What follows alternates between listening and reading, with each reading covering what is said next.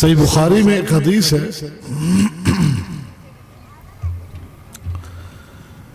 कि सैयदना इमरान बिन हुसैन रजी अल्लाह ताला अन्हु हदीस के रावी है और ये वो सहाबी हैं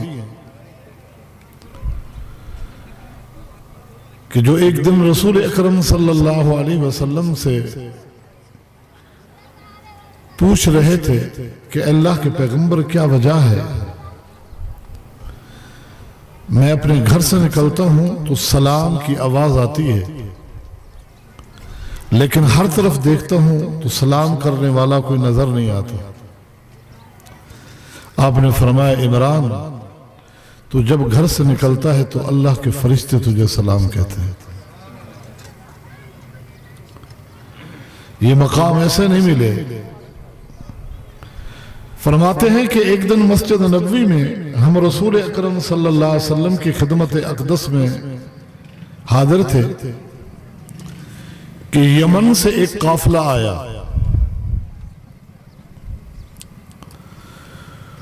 और वो आकर अल्लाह के नबी सल्लल्लाहु अलैहि वसल्लम से कुछ सवालात करने लगे।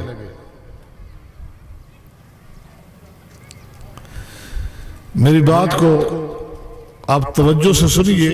मैं कोई मुकर्रर बहुत बड़ा खतीब नहीं हूं, अलबत्ता जिस तरह तारुफ कर दिया गया मैं एक मुदर्रिस और एक उस्ताद हूं, तो मेरे सामने बड़े भले सफेद दाढ़ियों वाले हों, बालों वाले हों, तो मैं इसी तरह गुफ्तगू करता हूं जिस तरह मेरे तालिब इल्म मेरे सामने बैठे। बस क्लास वाला अंदाज है। मासूम बच्चों को अल्लाह ताला आलिम बनाए, फाजिल बनाए, उनका जज्बा ज़ौक़ उन्हें बिठाए रखे। बाकी शायद मेरी बहुत सारी बातें इनकी समझ में ना आए। सैयदना इमरान फरमाते हैं कि उन्होंने यमन के लोगों ने आकर अल्लाह के नबी सल्लल्लाहु अलैहि वसल्लम से कुछ सवालात किए और उन सवालात में एक सवाल तख्लीक़े कायनात के बारे में भी था। आप अलैहिस्सलातु वस्सलाम जवाब देने लगे ही थे कि एक शख्स मस्जिद नबवी के दरवाजे पे आया और उसने मुझे आवाज दी और कहा, या इमरान, नाक़तुका क़द तफ़ल्लतत। ओ इमरान, तेरी ऊँटनी भाग गई है। मैं जल्दी से उठा, बाहर देखा तो ऊँटनी नहीं थी। मस्जिद से निकल के देखा तो बहुत दूर जा चुकी थी। मैं उसके पीछे उसको पकड़ने के लिए चला गया। जब वापस आया तो वो दीनी मजलिस जो कायम थी वो खत्म हो चुकी थी। फिर सारी जिंदगी इमरान रज़ियल्लाहु अन्हु फरमाते थे, या लैतनी, है काश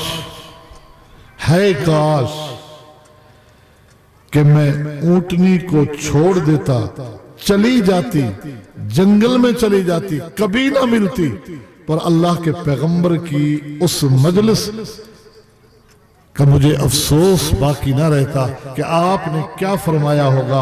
उस हदीस को सुनने से मैं महरूम रह गया हूं। ये कदर थी, ये मकाम वो समझते थे इस दीन का, इस इल्म का, जो आज इस कॉन्फ्रेंस के हवाले से मुझे और आपको जमा करके बांटा और तकसीम किया जा रहा है। सैयदना अब्दुल्ला इब्ने अब्बास रज़ियल्लाहु ताला अन्हु फरमाते हैं, मुझे हुक्म हुआ है कि दावत अहले हदीस आपके सामने पेश करूं। हकीकत यह है कि मुझसे पहले जितने भी खिताब हुए ये इसी ही मौजू का हिस्सा ही थे। कुरान और सुन्नत की दावत होती है अहले हदीस के स्टेज पे। सैयदना अब्दुल्ला इब्ने अब्बास रज़ियल्लाहु अन्हुमा फरमाते हैं, इमाम बुखारी ने इस हदीस को अपनी किताब में कई जगहों और कई अबवाब और कुतुब में बयान फरमाया है कि कि एक दिन रसूल अकरम सल्लल्लाहु अलैहि वसल्लम की मजलिस लगी थी। सहाबा कराम ने आपको घेर रखा था और आप मस्जिद नबवी की दीवार की टेक लगाकर बैठे थे। क्या खूबसूरत मंजर होगा कि एक शख्स अपनी सवारी पर सवार आया, मस्जिद के सामने जो बैठक एक बैठने की जगह बनाई गई थी, बलात नामी एक फर्श लगाया गया था, उसने उसके करीब अपनी ऊंटनी को बांधा और वो सीधा हमारी मजलिस की तरफ चला आया।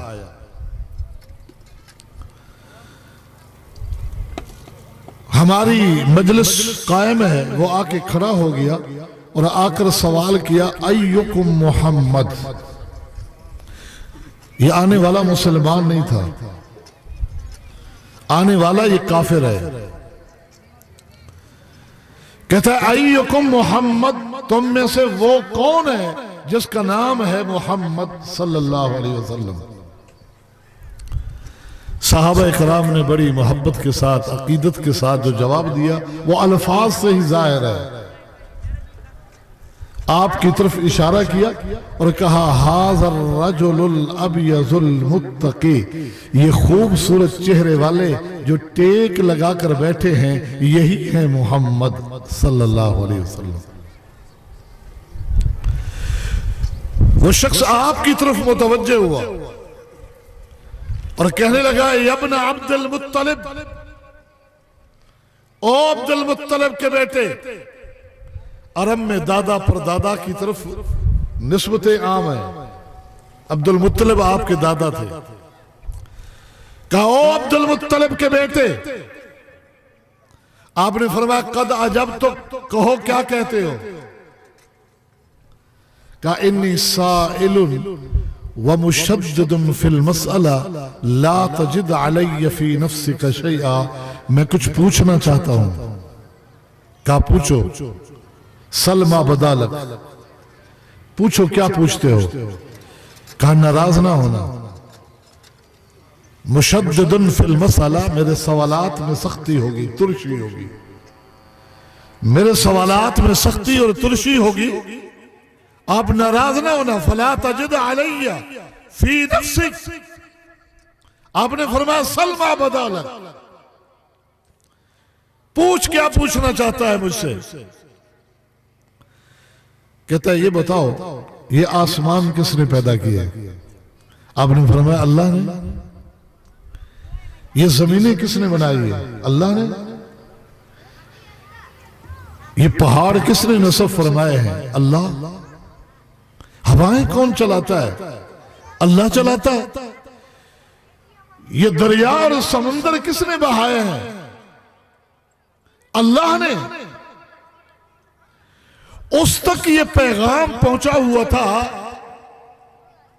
कि एक शख्स आ चुका है जिसका नाम है मोहम्मद, और वो बाप दादा के दीन को छोड़कर कोई नया दीन लाया है।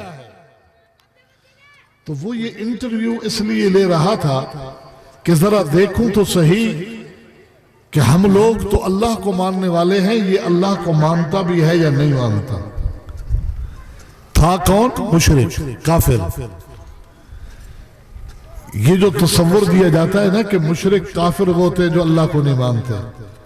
देखो ये काफिर के सवालात है और नबी का ईमान चेक कर रहा है कि आखिर ये बाप दादा के दीन को छोड़ के जो आया है, कहां से उसने नई चीज इख्तियार की। जब ये सवालात होए, जवाब उसको मिले उसके अकीदे के मुताबिक। मुशरिकीन मक्का अल्लाह की तौहीद के इस पहलू को मानते थे कि वो खालिक भी है, मालिक भी है, राज़िक भी है।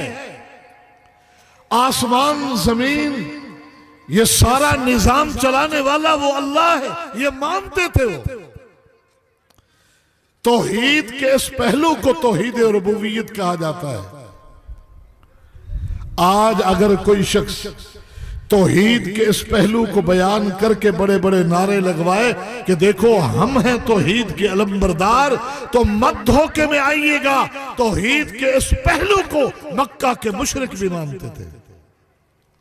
किसी की तौहीद चेक करनी है तो तौहीद व उलूहियत को देखना, अस्माफ सिफात को देखना कि ये झुकता किसके सामने है, हाथ फैलाता किसके सामने है, ये जानवर किसके नाम के काटता है, ये अपने फसलों और खेतों में से किसका हिस्सा निकाल के कुर्बान करता है और बांटता है, ये किसको मुश्किल कुशा मानता है, हाजत रवा मानता है, किसको दाता मानता है, किसको गंज बख्श मानता है। किसी की तौहीद को चेक करना हो, इन पहलुओं को चेक करना। तौहीद रुबूबियत का वो पहलू, आने वाला मुशरिक अल्लाह के पैगंबर से सवाल कर रहा है, देख रहा है कि ये तो हमारी तरह अल्लाह को मानता है। जब ये इत्मीनान हो गया कि अल्लाह को मानता है, ये एक बड़ी बात थी, तो अब उसने सवाल का अंदाज चेंज किया। क्या का अल्लाह अरसला का इलन्ना से कुल्लिहिम, क्या आप उसी अल्लाह की कसम खाकर कहेंगे कि उसी अल्लाह ने आपको पूरी कायनात की तरफ रसूल बनाकर भेजा है?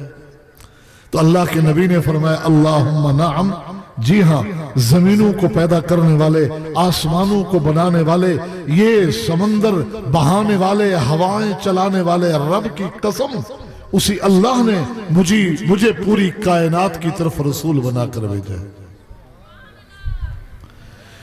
उसने कहा कि अच्छा, आपका एक नुमाइंदा हमारे यहां आया है, वो कहता है दिन रात में 5 वक्त की नमाज है। जिस अल्लाह ने आपको रसूल बनाकर भेजा है, क्या उसी अल्लाह की कसम खाकर आप कह सकते हैं कि ये 5 वक्त की नमाज का हुक्म भी उस अल्लाह ने दिया है? एक मक्का का मुशरिक वो भी जानता है कि दीन वो होता है जिसका हुक्म अल्लाह देता है। हमारी कौम को पता नहीं क्या हो गया कि ये आज तक यही नुक्ता नहीं समझ सके कि दीन है क्या, जो जमीन पे लिखा जाए या जो आसमान से उतरे। कहता है उसी अल्लाह की कसम खाकर आप कह सकते हैं कि ये 5 वक्त की नमाज का हुक्म भी उसी अल्लाह की तरफ से है। आपने फरमाया अल्लाहुम्मा नअम, जी हाँ, मैं उसी अल्लाह की कसम खाकर कहता हूं कि ये 5 वक्त की नमाज का हुक्म भी उसी अल्लाह की तरफ से। ऐसे ही उसने शायर इस्लाम के मुताल्लिक जो कुछ पूछना था ऐसे ही पूछा और आप जवाब देते गए।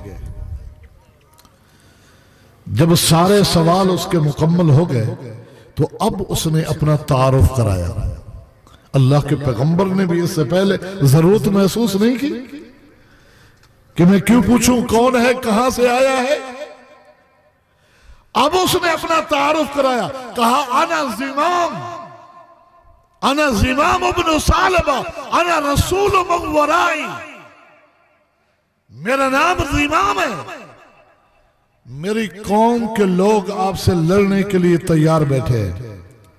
आखिर में बड़ों ने फैसला किया किसी पढ़े लिखे शख्स को भेजो, जाए तहकीक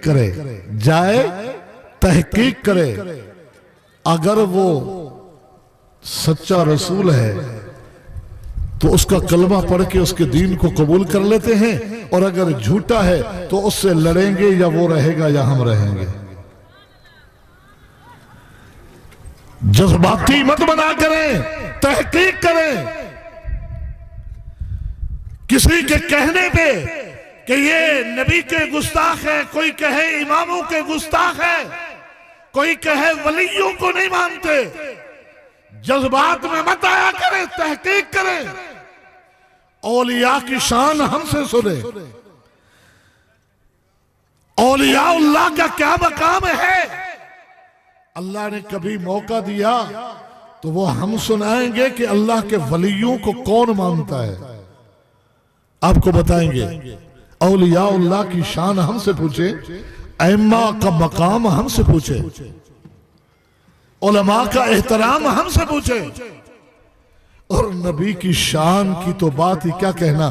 जो कहे सबको छोड़ो, अल्लाह और नबी के फरमान को लो, वही नबी का गुस्ताख है। और जो ये कहे कि हाँ पढ़ो कलमा नबी का और मानो अपने अपने इमाम की, गुस्ताखी किसने की? थोड़ा तहकीक करो। अगर तहकीक के लिए कदम ना उठाया जाता, कितना बड़ा नुकसान होता, पूरी कौम तबाह हो जाती, लड़कर मर जाते, हलाक हो जाते। लेकिन तहकीक के लिए एक बंदे को भेजा, इनकलाब आ गया। अल्लाह के नबी ने फरमाया, फिर बता।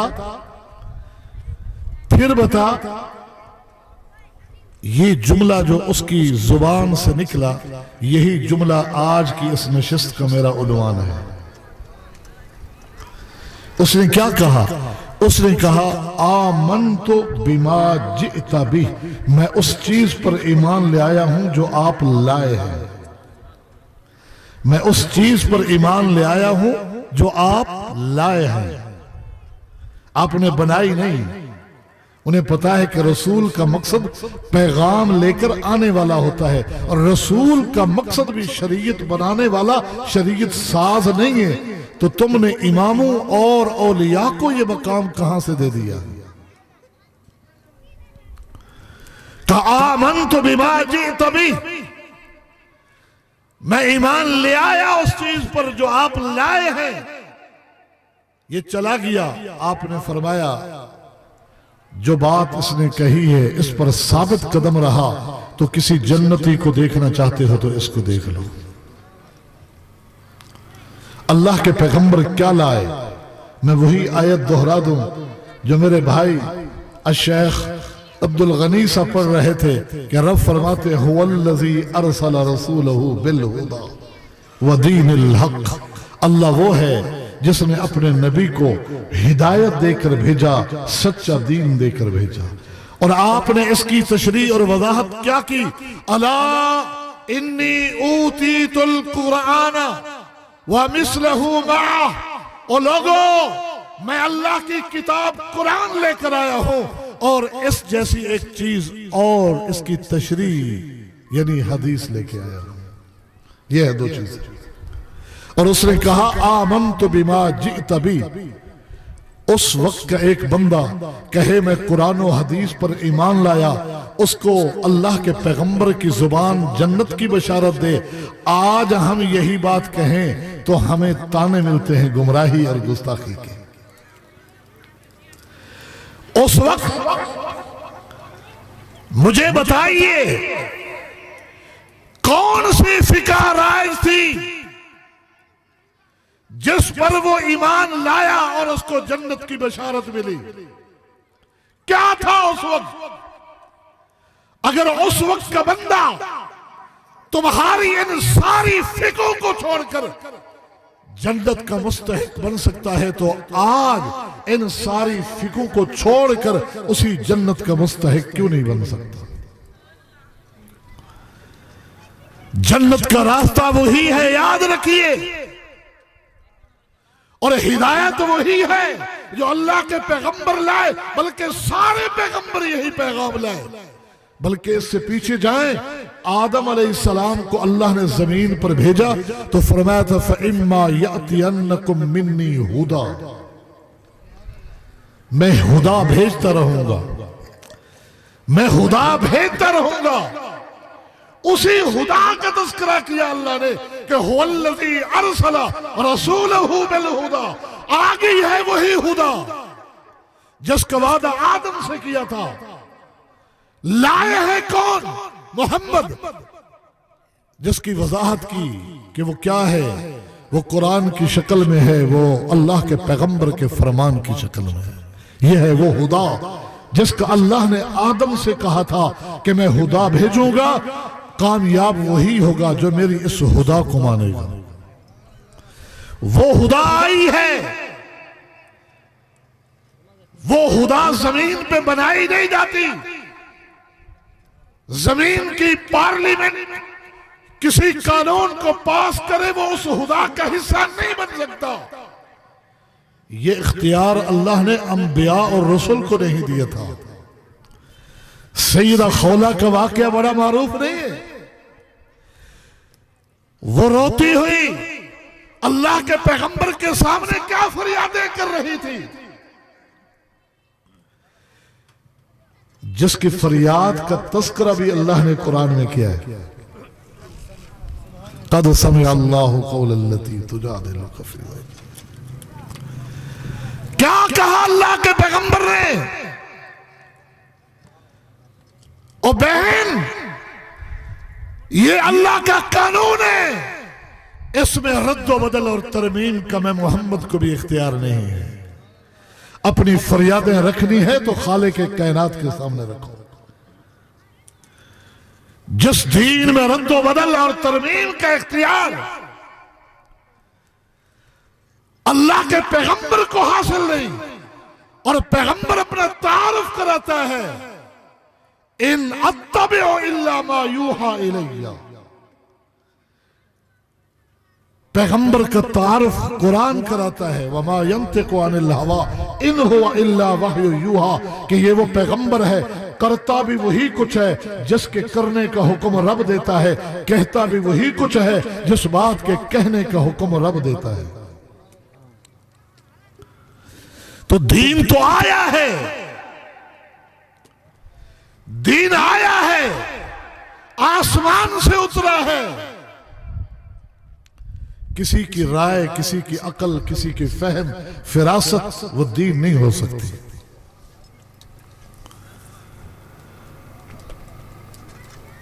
कहते हैं कि अकल इंसान को अल्लाह ने दी है ना, ये भी बड़ी नेमत है। जी हाँ, बड़ी नेमत है, लेकिन इसकी मिसाल ऐसे है, ये आंख भी अल्लाह की अजीम नेमत है ना, इससे रास्ता नजर आता है।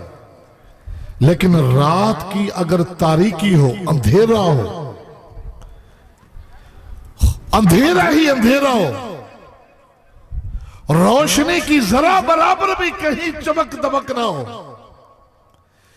आंख खोल कर भी आप चलेंगे तो किसी ना किसी गड्ढे में गिर जाएंगे।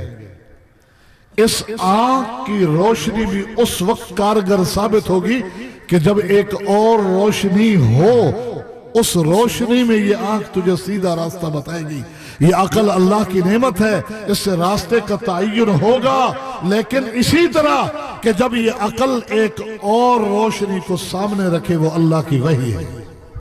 जब उसको छोड़कर किसी राह को ढूंढेगी, तो जिस तरह वो आंखों वाला बीना शख्स रात की तारीकी में गड्ढे में गिर सकता है, इसी तरह अक्लमंद शख्स भी गुमराही के घटा डोप अंधेरों में ये गिर सकता है और गुमराह हो सकता है। इस अकल को इस्तेमाल करना है कुरान और सुन्नत की रोशनी में, तब ये अकल अल्लाह की नेमत है। अकल को इस्तेमाल करना अल्लाह के दीन के मुकाबले में नहीं है। एक वाकया कुतुब अहादीस, अक्सर कुतुब अहादीस में है, लेकिन जितना तफसीली सुनन नसाई और सुनन बहकी में है, इतना तफसीली किसी और किताब में नहीं है। लिहाजा सुनन नसाई ही के चंद अल्फाज आपके सामने उनका मफहूम रखो कि सैयदना अब्दुल्ला इब्न अब्बास रज़ियल्लाहु, सैयदना अब्दुल्ला इब्न मसूद रज़ियल्लाहु ताला अन्हु जलील कद्र साहबी, हम तो सारे सहाबा को मानते हैं और सबकी अजमत को जानते हैं, सबकी अजमत के तराने गाते हैं। और अब्दुल्ला इब्न मसूद रज़ियल्लाहु ताला अन्हु कि जिनकी अजमत का क्या कहना, कि सैयदना जाफर फरमाते थे कि हम एक अरसा दराज तक ये समझते रहे कि अब्दुल्ला और इनकी वालदा अल्लाह के नबी के घराने के अफराद हैं। इतना कुर्ब था अल्लाह के नबी के साथ। इनकी पतली पतली टांगों को देखकर सहाबा हंस पड़े, तो अल्लाह के नबी ने फरमाया था, लोगो अब्दुल्ला इब्न मसूद की ये टांगें कयामत के दिन अल्लाह के मीज़ान को भर देंगी। वो मीजान जिसमें सातों आसमान और जमीनें भी रख दी जाए तो खाली पड़ा रहे। तुम इसको फकीह हाज़िहिल उम्मा कहते हो, लेकिन उनके फतवों को गलत इस्तेमाल न किया करो। फतवों का कुछ हिस्सा बताकर पूरी हकीकत लोगों से छुपाया न करो। मैं वो वाकया बताने लगा हूं जिसको तकलीद शख्सी की बुनियादी दलील करार दिया जाता है। आप फैसला करेंगे कि ये रद्द तकलीद का वाकया है या तकलीद शख्सी का इस्बात है। इससे अब्दुल्ला इब्ने मसूद कूफा में मौजूद है। कुछ लोग सवाल करने के लिए आए कि अब्दुल्ला, हमारे खानदान की एक औरत का निकाह एक शख्स के साथ हुआ, खाली निकाह हुआ, अभी हक महर भी मुकर्रर नहीं हुआ और रुखसती भी नहीं हुई थी। तय ये हुआ था कि जब वो रुखसती होगी तो हक महर भी मुकर्रर कर लेंगे, लेकिन जिससे निकाह हुआ था वो फौत हो गया। अब 3 सवाल पैदा हुए हैं। 3 सवाल पैदा हुए हैं। एक सवाल यह है कि ये औरत इद्दत गुजारे या ना गुजारे, क्योंकि अभी उसके घर में नहीं गई थी। दूसरा सवाल यह है कि हक महर का क्या होगा। तीसरा सवाल यह है कि वो फौत होने वाला साहिब माल था, साहिब हैसियत था, उसके माल को बांटा जाए तो इसका भी विरासत में हिस्सा निकाला जाएगा या नहीं निकाला जाएगा। अब्दुल्ला इब्ने मसूद ने सवाल सुने और फरमाया, जब से अल्लाह के पैगंबर अलैहिस्सलातु वस्सलाम से फिराक का सदमा हमें मिला है, उस वक्त से लेकर आज तक इतना मुश्किल सवाल मुझसे किसी ने नहीं किए जो आज तुम लाए हो। मेरे पास तुम्हारे किसी सवाल का जवाब नहीं। जाओ उलमा से मिलो, हल तजदून फीह असरा, लेकिन उलमा से मिलकर के उनसे दलील मांगना, जो फतवा दे उनसे दलील मांगना, और दलील मिल जाए तो मुझे भी बताना। बाद रिवायात में है कि वो रिवायत फिर वो दलील मुझे भी बताना। मेरे पास दलील नहीं, मैं जवाब नहीं दे सकता।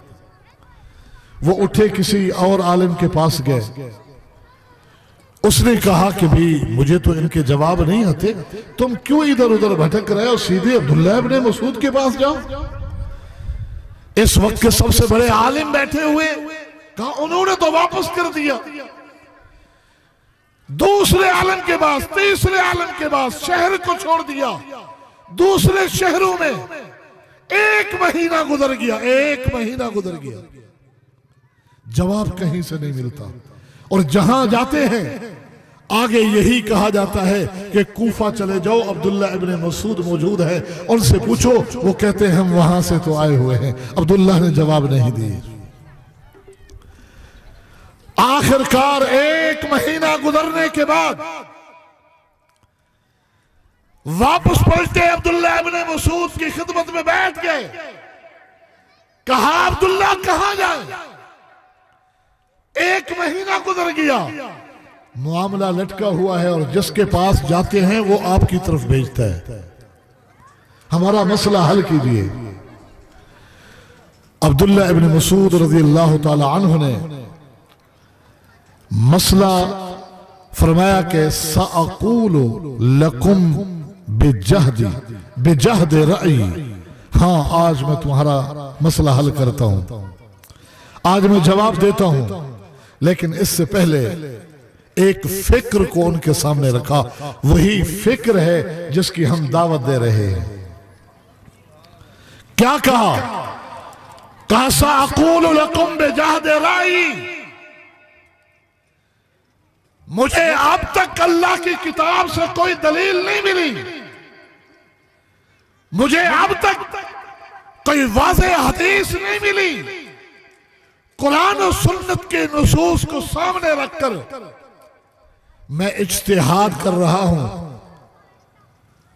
और देखना मैं जो जवाब दूं वो बाद में बताए, कहा जो जवाब दूं, इन कान सवाबन फमिन अल्लाह वहदा, मेरे उन जवाबों पर इक्तिफा न करना, बाद में भी दलीलें ढूंढते रहना। अगर कभी भी कोई दलील मिल जाए और तुम देखो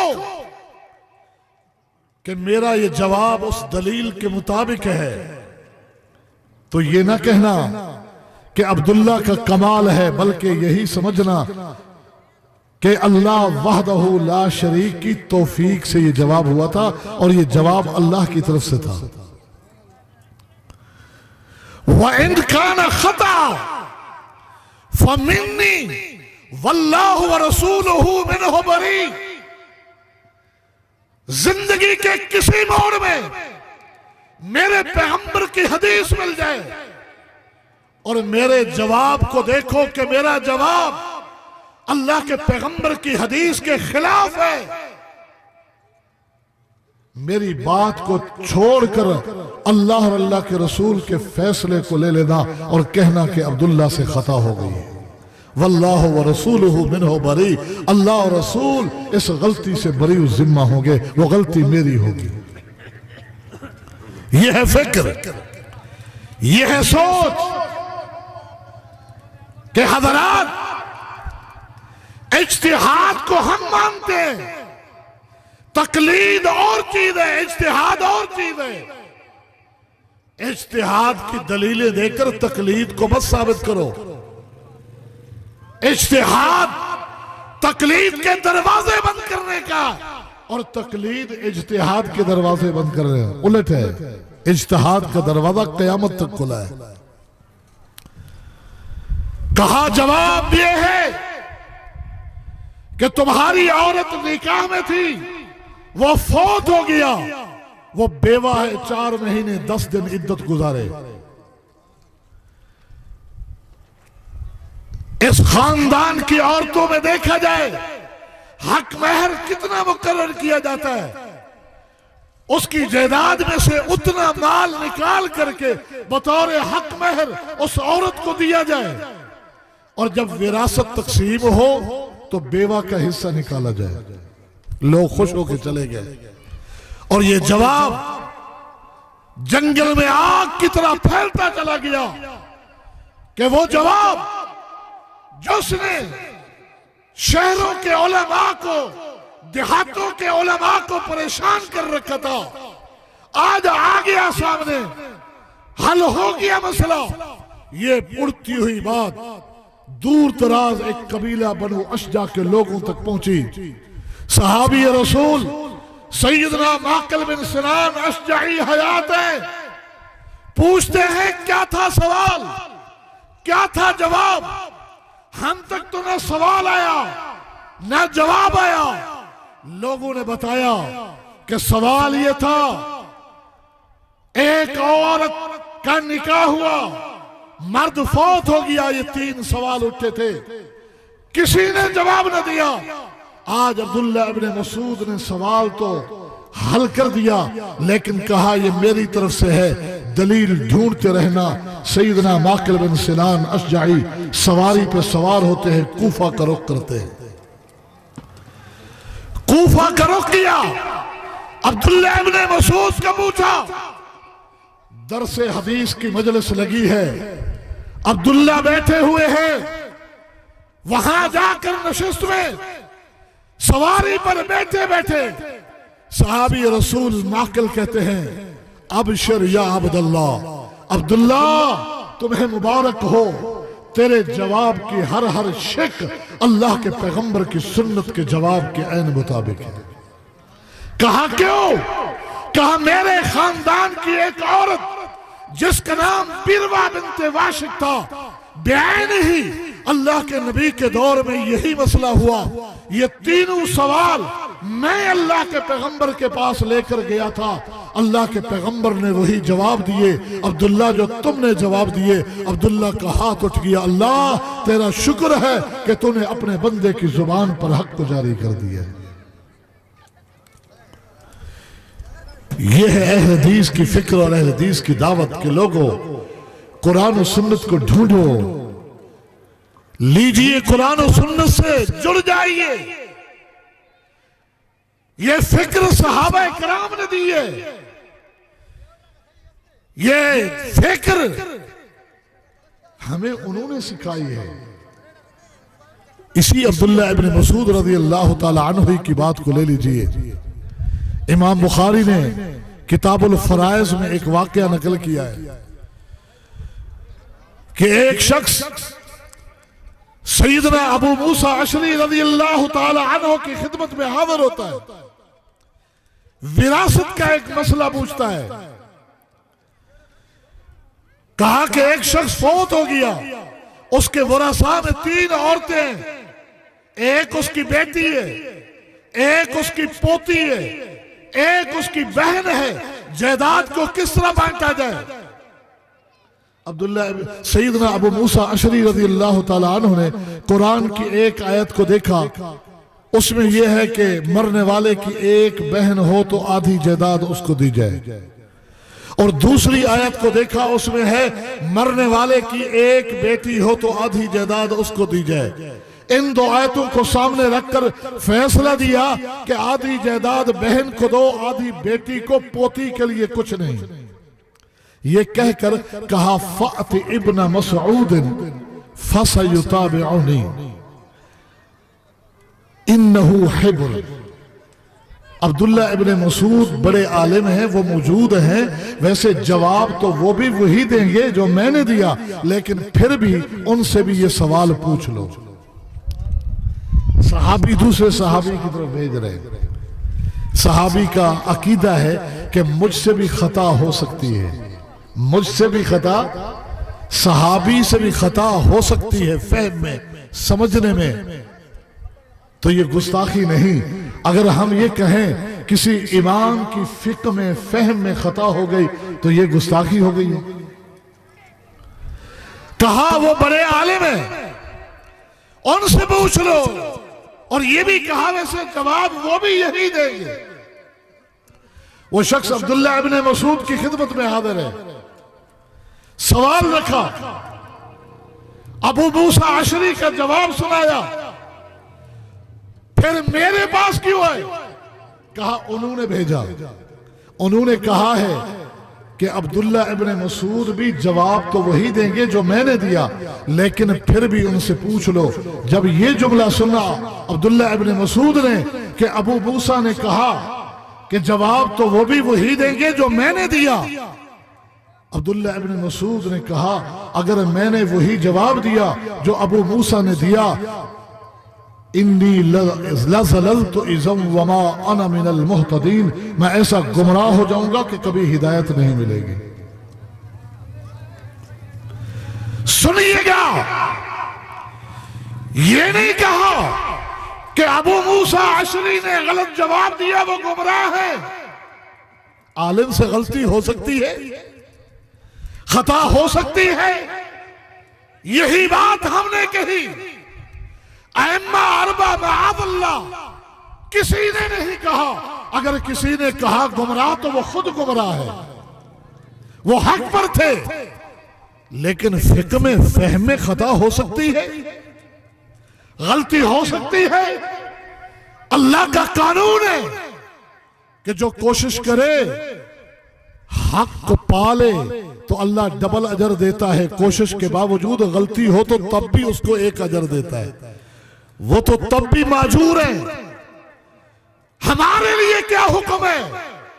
ये पैगाम कुरान और सुन्नत कॉन्फ्रेंस के जरिए अब्दुल्ला इब्न मसूद का तुम तक पहुंचाना चाहता हूं, अपना नहीं। मैं नाकिल हूं अब्दुल्ला इब्न मसूद सहाबी का, कि वो ये पैगाम देना चाहते हैं कि हमारा हक ये है कि जितनी बड़ी हस्ती भी क्यों ना हो, एक तरफ उसका फतवा हो और उसके मुकाबले में अल्लाह के पैगंबर की हदीस हो। जो शख्स इस हदीस को छोड़कर फतवा उस फतवे पे देगा वो गुमराह है, वो गुमराह है। कहा इन्नी लज़लल्तु इज़म वमा अना मिनल मुहतदीन। मेरे सामने अबू मूसा का जवाब भी आ गया और मेरे सामने इसी सवाल का जवाब मोहम्मद रसूलुल्लाह का दिया हुआ भी है। अगर आज अल्लाह के पैगंबर के जवाब को छोड़कर मैं अबू मूसा के जवाब पे जवाब देता हूं, मैं गुमराह हो जाऊंगा। और अगर यही बात हम कहें कि अल्लाह के पैगंबर की हदीस को छोड़कर फिका शाफिया, मालकिया, हम्बलिया, हनफिया, जाफरिया के मुताबिक जवाब देंगे तो गुमराह हो जाएंगे। तो हमें गुस्ताखी के ताने दिए जाते हैं। लगाओ फतवा अब्दुल्ला इब्ने मसूद का कि वो अबू मूसा के दूसरे सहाबा के गुस्ताख थे। कहो, लगाओ फतवा। अबू मूसा के खिलाफ फतवा अब्दुल्ला इब्ने मसूद ने दिया। खाली अबू मूसा अशरी के खिलाफ नहीं दिया, उस्मान ज़िन्नुरैन के खिलाफ भी दिया था। जब उस्मान ज़िन्नुरैन ने हज के दिनों में मिना के मैदान में ज़ोहर की रकात 4 पढ़ी, असर की नमाज 4 रकात अदा की, इशा की नमाज 4 रकातें अदा की। इसी सहाबी अब्दुल्ला इब्ने मसूद ने कहा था, हमने अल्लाह के पैगंबर के पीछे पढ़ी है, उन्होंने 2-2 पढ़ी थी।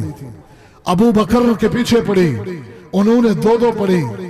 उमर के पीछे पढ़ी, 2-2 पढ़ी।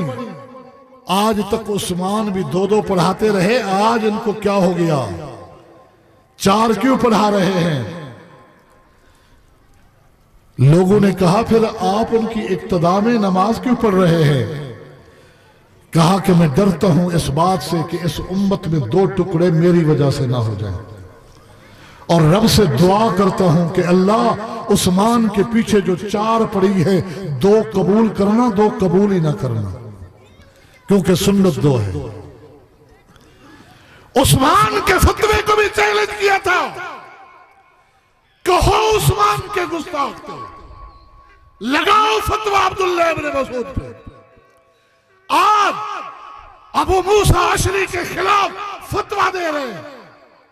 अगर उनकी फिका के खिलाफ फतवा देना कुरान और सुन्नत को सामने रखते हुए गुस्ताखी है तो लगाओ उन पे फतवा। अगर वो गुस्ताख नहीं तो अहले हदीसों के ये फकीर जो यही बात कहें, इनको गुस्ताखी के ताने क्यों देते हो, उन पे फतवे क्यों लगाते हो? कहा सुनो, वलाकिन अक़दी फीहा कमा क़दन नबी सल्लल्लाहु अलैहि वसल्लम। मेरे सामने मेरे नबी की सुन्नत मौजूद है। अबू मूसा का एहतराम अपनी जगह, लेकिन जवाब वही दूंगा जो मेरे नबी मोहम्मद रसूलुल्लाह ने दिया था। ऐसा ही जवाब, ऐसा ही सवाल मेरे नबी के सामने आया तो आपने फरमाया था, कुल जायदाद का 6 कुल जायदाद का निस्फ जो है, आधा, वो बेटी को दिया जाए। कुल जायदाद का 6 हिस्सा पोती को दिया जाए। तकमिलतल लिस्सुलुसैन, और जो बच जाए वो बहन को दिया जाए। यानी 6 हिस्से करके 3 बेटी के, 1 पोती का, 2 बहन के। मेरा जवाब वो जवाब है जो मोहम्मद रसूलुल्लाह का जवाब है। तो ये हमारी दावत है कि किसी पे फतवे मत लगाओ। गलतियां हर एक से हो सकती है। गलतियों से पाक अल्लाह की किताब है, गलतियों से जात मोहम्मद रसूलुल्लाह की जात है जो मासूम अनिल खता है।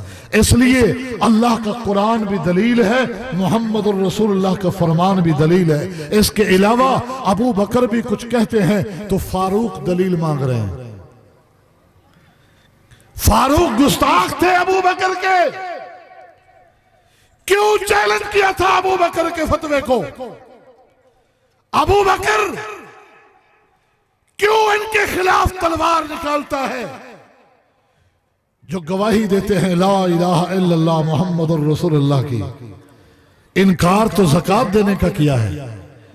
क्या नबी ने कहा नहीं था कि जिन्होंने गवाही दी ला इलाहा इल्लल्लाह मुहम्मदुर रसूलुल्लाह की, उनकी जानों की हिफाजत, मालों की हिफाजत, इज्जतों की हिफाजत हमारे जिम्मे।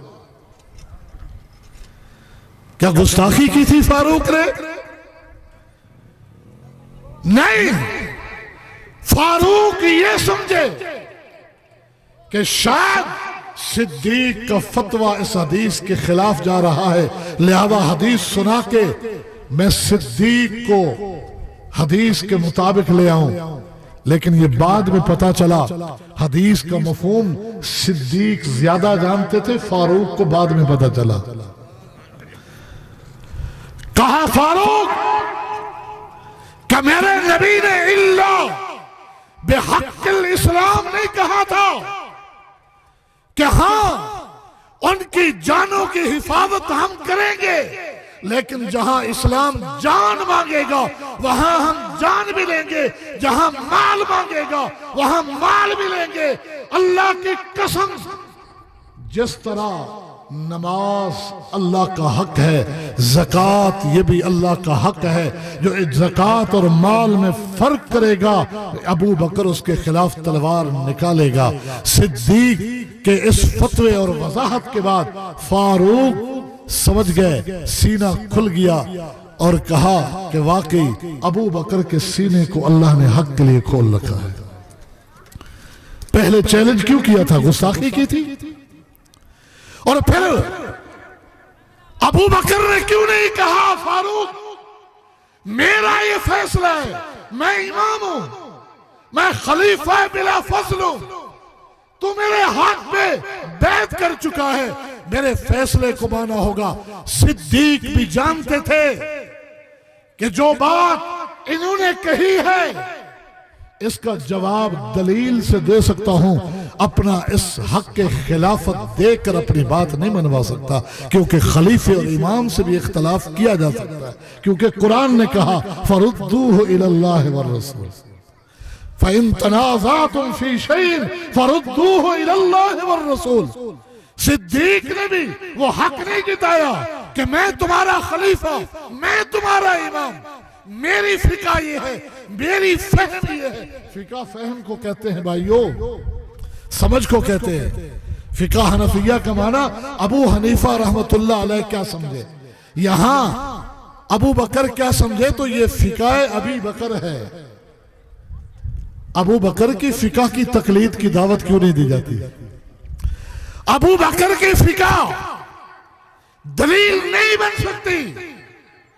अबू बकर को उमर को कायल करने के लिए दलील देनी पड़ी, और दलील क्या है? अल्लाह का कुरान है, मोहम्मद रसूलुल्लाह का फरमान है। अबू बकर का फतवा दलील नहीं है तो बाद में किस उम्मती को यह मकाम देना चाहते हो कि उसका फतवा दलील के तौर पर लेते हो? अबू बकर के फतवे को तुमने दलील ना माना, फारूक के फतवे को दलील ना माना, उस्मान के फतवे को दलील ना माना, अबू अब्दुल्ला इब्न मसूद, अबू अब्दुर्रहमान अब्दुल्ला इब्न मसूद के फतवे को दलील न माना। बाद का कौन उम्मती है जो इस मकाम पे उसे खड़ा किया जा सकता है कि उसकी फिक्र, उसकी राय, उसके फतवे हम बतौर दलील अपनी पूरी जिंदगी पे लागू कर दें? हम तो ये कहते हैं सारी फिकों को मानते हैं, जहां फिका की कोई बात कुरान और सुन्नत से टकराए, फिका वालों का एहतराम अपनी जगह, दलील अल्लाह का कुरान है, मोहम्मदुर रसूलुल्लाह का फरमान है, उसके मुताबिक जिंदगी बसर करनी है। यही कामयाबी है, यही कामरानी है, यही हमारा पैगाम। इसी की दावत के भाइयों, तालो इला कलिमतिन, आओ उसी बात को ले लें, सवाइम बैनना व बैनकुम, जो तुम और हम सब में मुश्तरक है। वो क्या? अल्लाह नअबुदा इल्लल्लाह वला नुशरिक बिही शैया वला यत्तखिज़ बाअदुना बाअज़न अरबाबन मिन दूनिल्लाह। इबादत के लायक अल्लाह के अलावा किसी और को ना समझो, और अल्लाह के बाद किसी को ये रुतबा और मकाम ना दो कि जिसको वो हलाल कहे वो चीज हलाल हो जाए, जिसको वो हराम कहे वही चीज हराम हो जाए, जिसको वो जायज कहे वो जायज हो जाए, जिसको वो नाजायज कहे वो नाजायज हो जाए। ये मकाम किसी को ना दो, ये मकाम अल्लाह ही को दो कि अल्लाह ने हलाल कहा जिस चीज को उसी को हलाल जानो, जिसको हराम कहा उसको हराम जानो। पैगंबर अलैहिस्सलाम उसी अल्लाह के रसूल थे। इसी पैगाम को हम तक दे के गए हैं। अल्लाह मुझे और आपको ये पैगाम समझने और अपनाने की तौफीक अता फरमा दे। व आखिर दावाना अनिल हम्दुलिल्लाहि रब्बिल आलमीन।